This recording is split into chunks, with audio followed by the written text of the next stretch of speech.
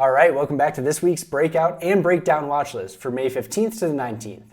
Given how split the market's been recently, in this video I'm covering both 5 long and 5 short setups. So for the long setups, we're looking for stocks in strong industry groups with strong fundamentals trading above key moving averages. And for the short setups, the reverse is true. We're looking for weak industry groups trading under key moving averages with poor fundamentals. And before we get started, this video is sponsored by MarketSmith, which is the trading research platform that we're going to be using to break down each of the setups. So if you like what you see and want to give it a try yourself, there's a link in the description below. Here are the 10 setups that we're covering in today's video. But before we get into these setups, I want to take a broader look at the market to explain why I'm so split on where we're heading next. So right off the bat, we're seeing a divergence between the NASDAQ and the S&P 500 versus the growth ETF IWO.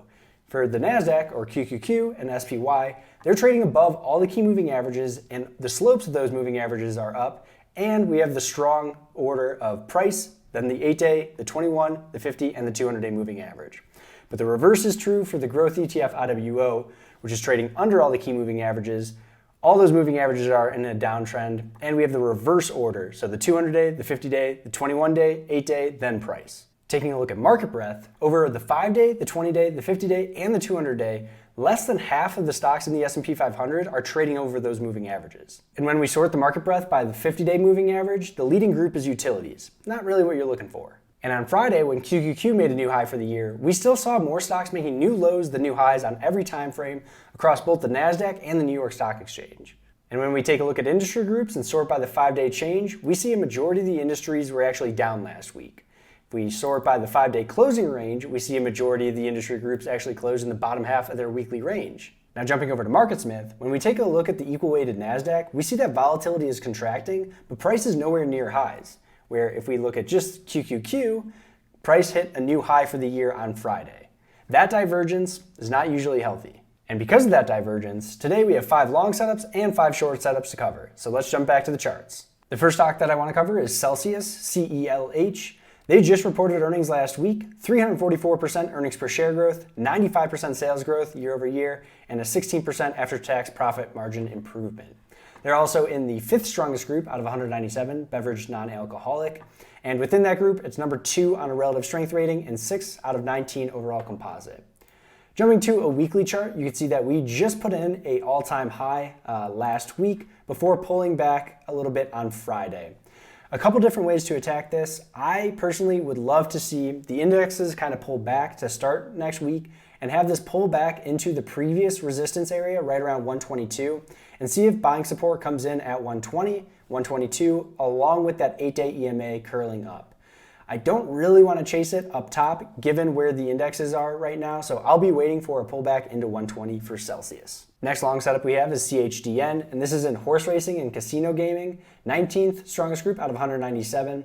Also reported earnings recently, 66% earnings per share growth, 54% sales, 14%, 13% after-tax profit margin improvement. Really strong move off that earnings pop. Let's see, 340% the average daily volume, very strong closing range. We had 2 follow-through days to the upside until we uppercut and failed at 300, pulling back into that 8-day EMA.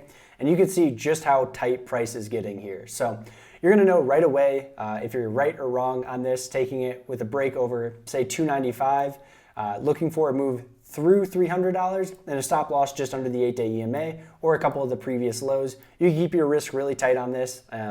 So if you do get stopped out initially, you can come back to it.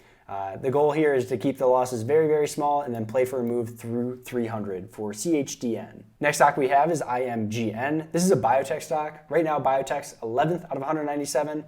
A lot of biotechs showed up on my scans this week, so I wanted to include at least one of them. But with biotechs, I tend to size them down a little bit, not more than 10% positions, just because there is that gap down risk that other stocks don't quite have. But outside of that, relative strength rating of a 99, A+ group strength rating here, moved from $4 up to $14, and then putting in a really tight pattern as it builds under $14. Nice high tight flag building at this point.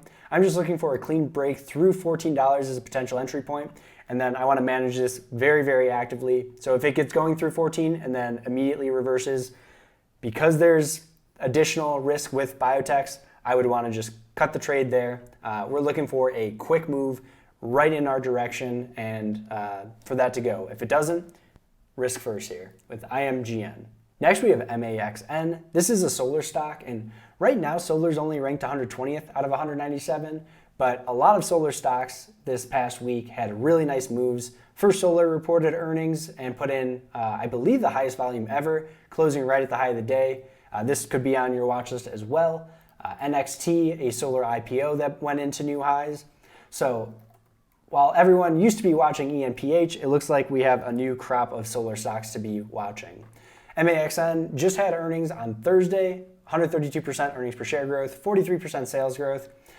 Tried to get going on Friday, but as you might remember, Friday we had that sell-off basically right at the open until a rally end of the day. This didn't see the end of day rally, so what I want to see here is a pullback into 35 and then see how I can manage a position around that area.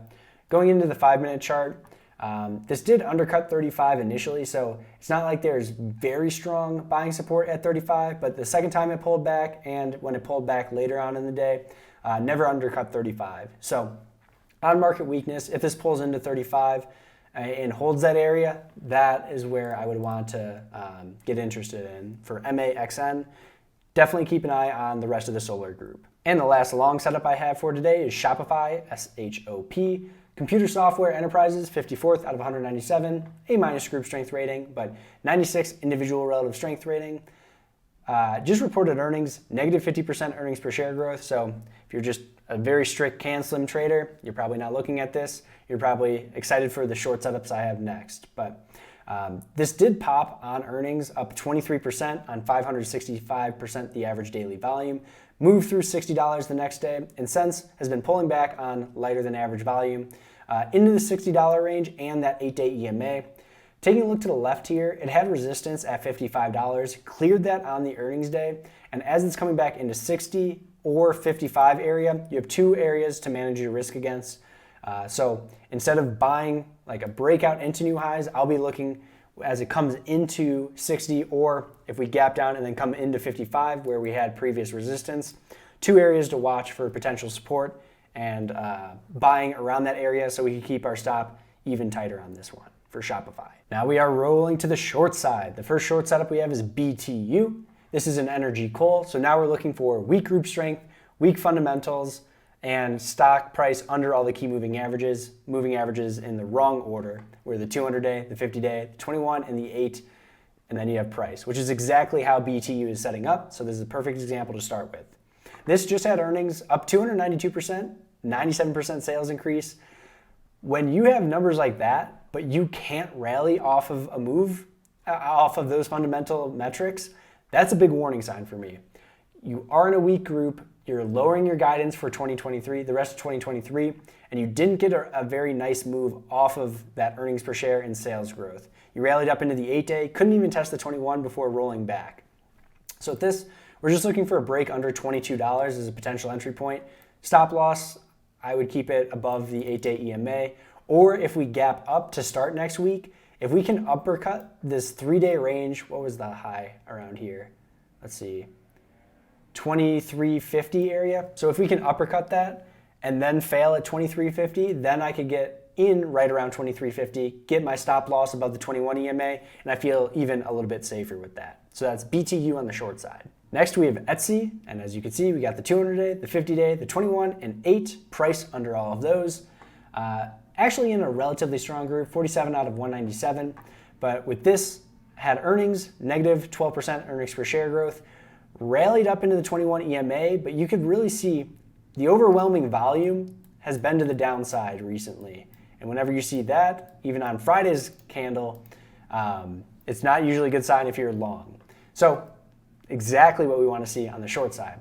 So on Friday, remember, we had that rally into the close, kind of middle of the range closing ranges for all the other stocks. Etsy closed right near the low of the day, got rejected at the 21 EMA. So with this, we're just looking for a follow through to the downside as a potential entry, or if we gap up, kind of test that 21 and fail, then I could keep my stop loss over $100. But Etsy is a weak stock with some high volume moves to the downside. That's what I want to see for a short setup. When I was going through my short watch list this week, I noticed a lot of Chinese names were on there. So instead of picking 3 of them to go on here, just wanted to go with KWEB, which is an ETF for Chinese internet stocks. What we're looking for, we have price below all the key moving averages. We see a majority of the heavy volume days most recently to the downside. Thursday had a really nice move up, but then immediately we got a gap down under the 8-day EMA, closed on the low, so no rally like what we saw with the rest of the market, down 2.8% last week. So similar to Etsy, we're just looking for follow through to the downside, a break under the low of Friday, 26.74 as a potential entry, and then a stop above the high from Thursday, 27.65, call it 27.70, 75. Nice tight risk there. Weak group, very weak relative strength. You can see the relative strength line from MarketSmith in a downtrend. So if we get any downward momentum in the market, this should just fall apart. Next, we have Portillo's, PTLO, and being from Chicago, this really hurts to put on my short watch list, but hey, we're just going to be trading the 4 letters that make up the ticker, not the company that you love personally. But Portillo's had earnings, negative earnings per share most recently. Sales were up only 16%. A lot of other retail restaurant stocks were doing very well. You can see it's the 9th strongest group out of 197, but this continues to lag behind. Very weak relative strength rating of 46. So we got a gap down on earnings, a lot of volatility, but you see the 8, the 21, the 50, and the 200-day all just above price and starting to curve down. So you might know about the launchpad setup to the upside. This is a launchpad setup to the downside. So far, we've had respect for $20, where we haven't broken below 20. So I'm looking to short this when it does, if it does, break under 20, and then get my stop loss above all the key moving averages. That's a nice part about these launchpad setups, or launchpad to the downside setups. About, let's see, 2150 there. So about a 4% risk on that. And we're looking to short this with a break under $20. And the last short setup that we'll talk about today is Tesla. Now, going back to the NASDAQ, this has been carried by mega cap stocks. Google just breaking out, Apple trading well, Microsoft trading well. The only mega cap stock that is not trading well is Tesla. You can see it's under the 200-day moving average, which is still in a decline. It most recently gapped up on Friday with the news that Elon was going to be focusing more on Tesla. He named a CEO for Twitter, and they used that gap up to sell into. We saw elevated volume, closed on the low, did not rally with the rest of the index, didn't get past the 50-day moving average. We see a little bit of a megaphone where volatility is expanding here, not what you want to see, and it's the weakest of the mega caps, like I said earlier. So this, just looking for a break under the 8-day EMA or the low of Friday, 167.23 as a potential short there.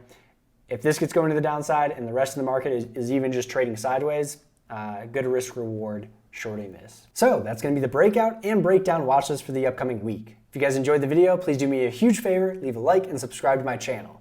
I make this breakout watchlist video every weekend along with other trading related videos. Another big thanks to MarketSmith for sponsoring the video. MarketSmith was the trading research platform that we were using to break down each of those setups. So if you like what you see and want to give it a try yourself, you can try it out for 1 month just for $30. And finally, if you want to hear more from me throughout the week, you can follow me on the other social media sites. I'm at Nick Drendel on Twitter. That's where I post most often. And then I'm at Nick_Drendel on everything else. Have a great week, and I'll see you guys in the next video.